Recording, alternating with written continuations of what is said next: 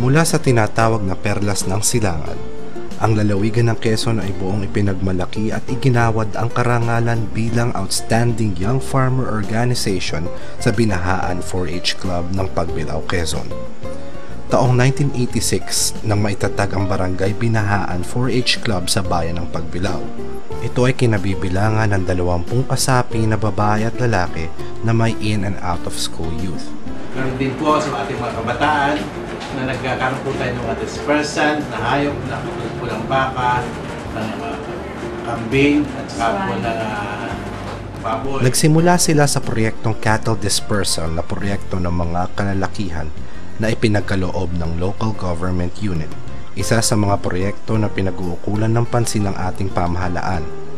Sa pamamagitan ng mga pagsasanay ay marami silang natutunan, tulad ng kung ano ang kahalagahan ng azola sa rice field. Ang mga kababaihan ay nagsanay sa paggawa ng sarsa o sauce making at dumalo din sa UPLB para sa pagsasanay ng mushroom production na sa kasalukuyan ay maganda ang kinikita. Lahat ng kasapi ng Binahaan 4-H Club ay hinihikayat nila na dumalo sa mga orientation seminars. Tinuturuan din sila ng paggawa ng keeping, cakes at pastries. Maraming pagsasanay ang naisagawa na dinaluhan ng grupo upang lalong mapaunlad ang bawat isa at matutong magnegosyo at makatindig sa sariling paa sa pamamagitan ng entrepreneurship. Katulong ang tanggapan ng pambayan at panlalawigang agrikultur, gayon din ang Department of Agriculture. Marami pang mga trainings at seminar ang dinaluhan ng mga kabataan, lalo na sa larangan ng agrikultura katulad ng vegetable production, swine at poultry raising. Dumadalaw din sila sa iba't ibang patimpalak sa provincial level at nagpakita rin sila ng kanilang talento tulad ng pagsasayaw at pag-awit sa mga programa bilang performing artists. Isa sa mga kasapi ng Binahaan 4-H Club ay ang dating nominee bilang Outstanding Young Farmer sa regional level na naninirahan sa nasabing barangay. Doon siya ay nagsasaka at tumutulong sa mga kabataan upang katulad niya ay mapaunlad din ang kanilang buhay. Ipinasya din ni Ariel Jimenez, dating JICA scholar na doon naman nirahan, upang maibahagi niya ang mga teknolohiyang natutunan sa bansang Hapon tungkol sa agrikultura. Kinilala din siya ng mga kasapi ng Binahaan 4-H Club bilang kuya ng lahat. At sila nga po yung napili para magsagawa ng proyekting ito.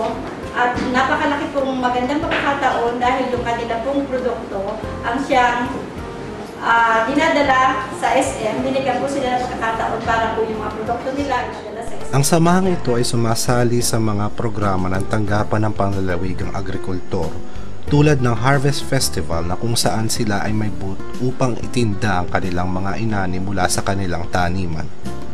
Ang grupong ito ay hindi lang sa vegetable production ng gawain, bagkos ay nagagampanan pa rin nila ang kanilang pag-aaral dahil ang ibang kasapi ay estudyante pa rin. Aktibo din ang grupo sa mga community services tulad ng Coastal Cleanup, Clean and Green Project at marami pang iba.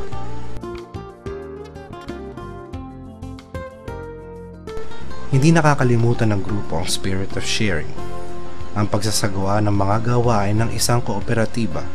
Ang Binahaan 4-H Club ay mayroon ding 1,000 square meter vegetable production project na kung saan ay sama-sama sila nagtatanim, naglilinis at nag-aani. Sila din ang nagtitinda ng mga produkto mula sa kanilang tinaniman at ang kinikita ay pinaghahati-hatian ng mga kasapi na malaki ang tulong sa kani-kanilang pamilya o sa kanilang pansariling pangangailangan.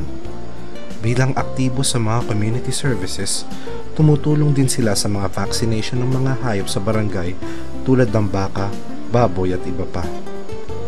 Sila ay kabalikat din ang Sagip Kalikasan na programa ng lokal na pamahalaan at lagi kasama sa mga isinasagawang tree planting upang mai-preserve ang Binahaan watershed at Akong Riverside. Nagtamo ng iba't ibang parangalang Binahaan 4-H Club bilang pagkilala sa kanilang pagiging aktibong samahan na nakatulong sa komunidad. At ang pinakamahalaga, ang 4-H Club ng Binahaan ay may pusong makadiyos sa dahilang sila ay katulong din sa iba't ibang aktibidades ng St. Anne Parish.